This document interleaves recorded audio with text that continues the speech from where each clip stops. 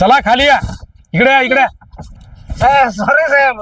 अरे गाडी असं दारू कोण चालवतो का? सॉरी साहेब सॉरी. तुला बसायला होत नाही आणि रस्त्याने एवढी मोठी कार चालवतोय. चला खाली या. साहेब आला. अरे एवढी दारू पिलेला आहेस?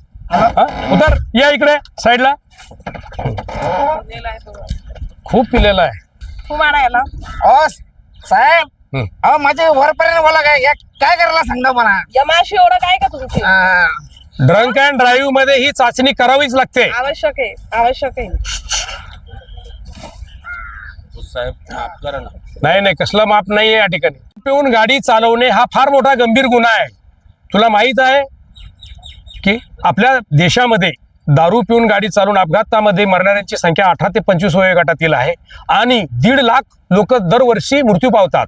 म्हणून गाडी जर दारू पिऊन आपण गाडी चालवत असेल तर त्याचा 10,000चा दंड सुद्धा आहे.